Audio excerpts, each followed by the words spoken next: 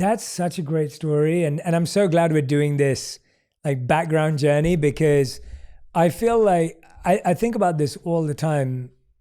I went to public speaking school from 11 to 17, it's public speaking drama school, age 11 to age 18, sorry, for 7 years.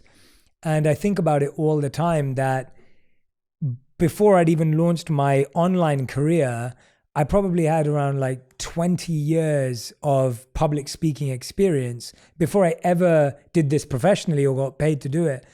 And I think that when I hear your story of like, as a little girl, like going to a beauty counter, learning about not just how to put on makeup, but which brands were doing well and why, and then skin tone and color, and then maybe looking for gaps in the market. Like you get such a real grassroots experience that no one else can get just by looking at what we have today. I feel like grassroots learning, there's nothing better than that. Do you feel like there were things then that you were like, one day, like... Yeah, I think at the time, I remember learning how to contour in high school before it became trendy like years later. And I remember I was at a MAC counter and they were like, this is what like drag queens use on stage. This is what they use in stage makeup. This is called contouring. You use this brush, you use this powder, you put it right here. So when you're on stage, your face really stands out. And I can remember this person telling me at a MAC store how to do this step. And it's something I still do in my makeup every day today. And here we are like 15 years later from when they taught me this. And so I loved learning from them. And so it was so great, but you don't know it at the time. And I think in life, every job and every experience, whether you end up doing that job long-term or not, you really do learn something from each of those things